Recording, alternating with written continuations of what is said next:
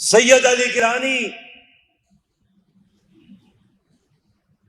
1953 میں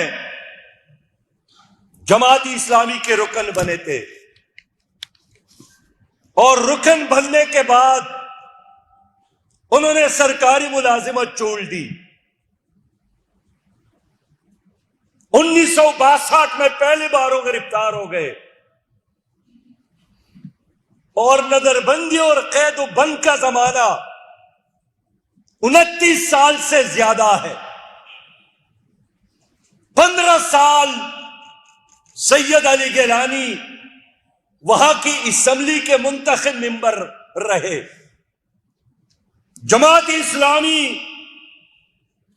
کے قائم مقام امیر رہے، جماعت کے رکن رہے، لیکن اس نے اپنی ساری زندگی اپنی قوم کی آزادی کے لیے وقف کی تھی۔ پیرانہ سالی میں، ذوق میں، بیماریوں میں بھی وہ چٹان کی طرح کھڑے رہے، ہمالیہ پہاڑ کی طرح دشمن کے مقابلے میں کھڑے رہے۔ انہوں نے اپنی قوم کو بھی سہارا دیا، لیکن پاکستان کے ہر حکومت کو انہوں نے مسلسل یہی درس دیا،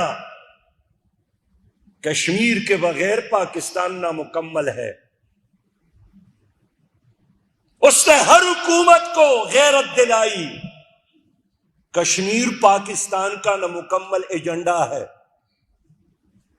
انہوں نے ہمیشہ یہی پیغام دیا، کشمیر پاکستان کا شہ رگ ہے، کشمیر کے بغیر پاکستان کا جغرافیہ اور نظریہ دونوں خطرے سے دوچار ہوں گے۔ محسن